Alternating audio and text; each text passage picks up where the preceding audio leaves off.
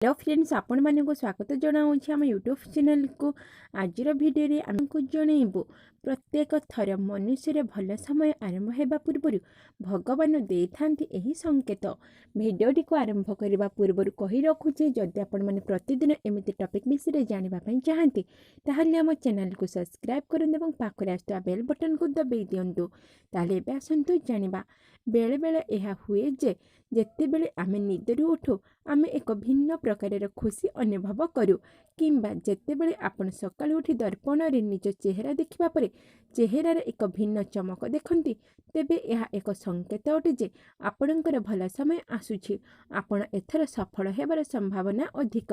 किछि लोक विश्वास करि पारंती नाही, किंतु पशु पक्षी माने मध्य भल समय रे आरंभ को सूचित करंती। जदि गोटे बिले आपणक घरे एक संतान जन्म दिए यह मध्य भल समय रे संकेत अटे।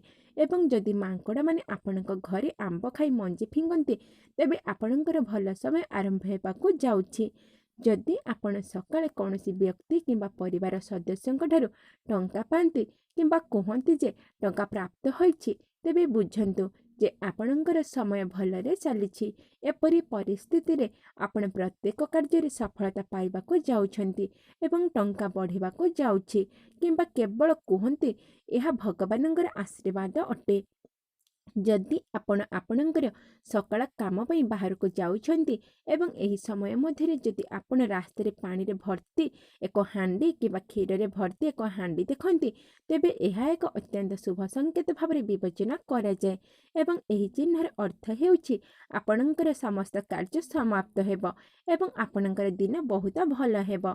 जदि आपण किछि काम पई घर बाहर को जाउछंती एवं आपण एक छोट पिला रास्ता रे हसुथिबार देखुछंती तेबे भगवान मध्य एहाको एक भल समयर आरंभ बोली विवेचना करंती।